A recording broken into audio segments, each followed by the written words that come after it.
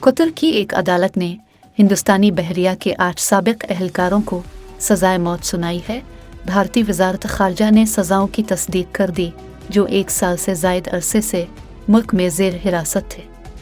بھارتی حکومت نے اس سزا پر صدمے کا اظہار کیا ہے اور اپنے شہریوں کی رہائی کو محفوظ بنانے کے لیے تمام قانونی آپشنز تلاش کرنے کا عزم کیا ہے۔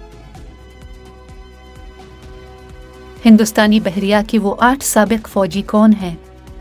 ان سابق فوجی آفیسروں کو 2022 میں قطر کے خلاف اسرائیل کے لیے جاسوسی کرنے پر جیل بھیجا گیا تھا۔ اب قطری عدالت نے ان کو سزائے موت کی سزا سنائی ہے۔